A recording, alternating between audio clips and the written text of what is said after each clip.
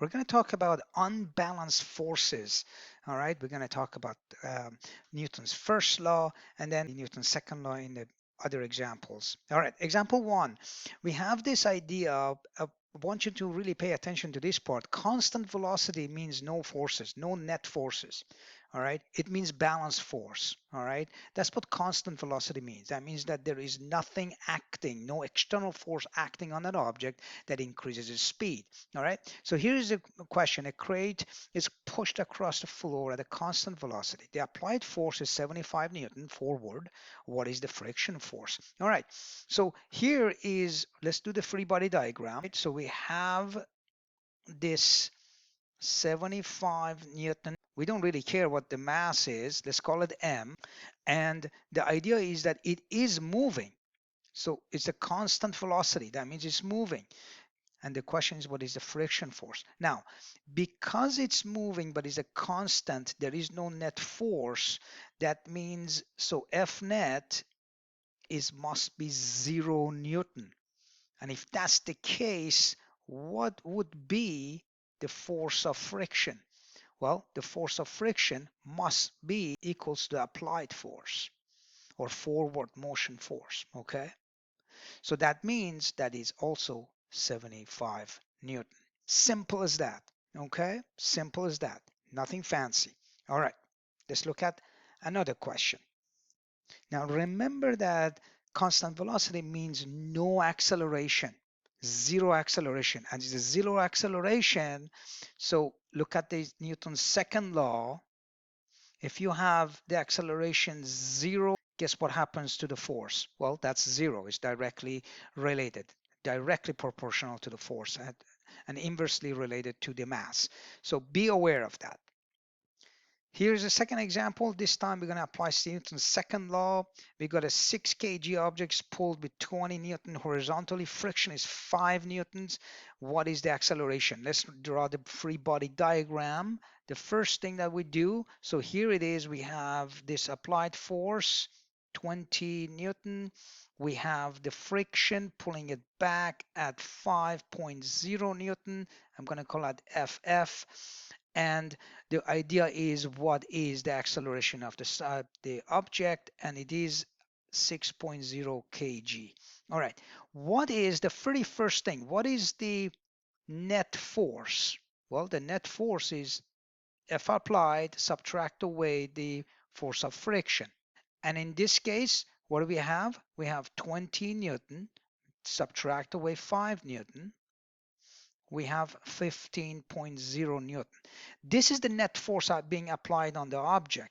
Now we can go ahead and use F equals to ma, which is Newton's second law, and then solve for the acceleration. We got 15 Newton equals to mass 6.0 kg, and we want to know what the acceleration is. And then you just divide both sides by 6, or I mean, you can manipulate the equation for acceleration and get a new equation for that, and then solve. Okay, so what do we have? So we have A equals to F over M. You can use that equation if you want, but do the math on that one and you get the answer.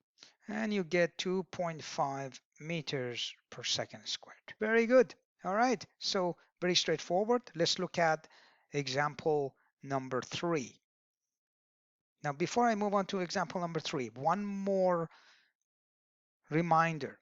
You have to get the net force. If you do this question and use the 20 Newton horizontally and solve for acceleration, that would be incorrect. Remember the net force.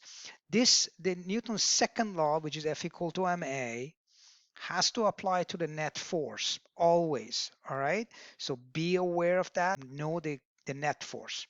All right. Here's example 3, Newton's second law again, but this time we're going to solve for force. A 12 kg cart accelerates 1.8 meters per second squared. What is the force required? Well, this is the free body diagram. We don't know what the applied force is, but we do know that the acceleration is 1.8 meters per second squared. So we have the mass, we have the acceleration, and if you can write all the known values on the left-hand side, so what do we have? F equal to ma, mass is 12.0 kg multiplied squared, and your answer will be 21.6 Newton. So now you're solving for the force applied that is needed to accelerate this object at 1.8 meters per second. So you can solve it going forward, or you can actually solve for any of the other components of the Newton's second law, F equal to ma.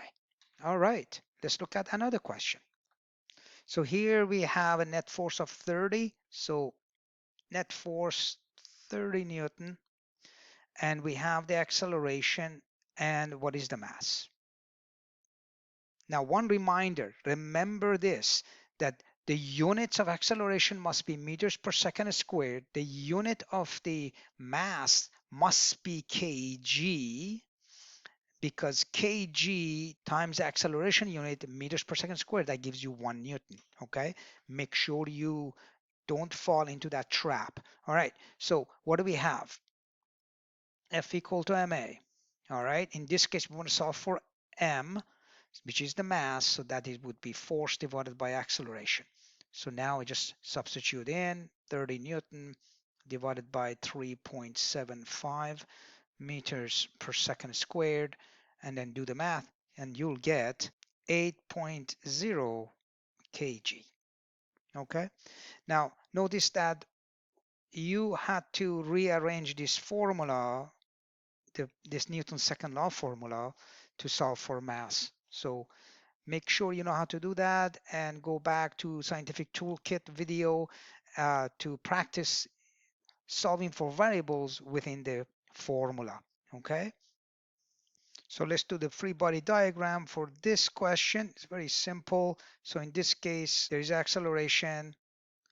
This is 30 Newton, and it is moving horizontally. So here it is. We know that Fn must equal to mg, so that's balanced. In terms of the vertical, Fy, the sum of all the vertical forces must be 0, and then we're showing that the force applied is 30 Newton moving to the right.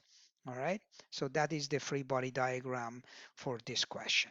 All right, don't forget to check out the quiz in the description or in pinned comment below, and make sure you go back to each of these questions and make sure that you understand the concept of Newton's first law and Newton's second law, and check out the other video in this series as well. Okay, until next time.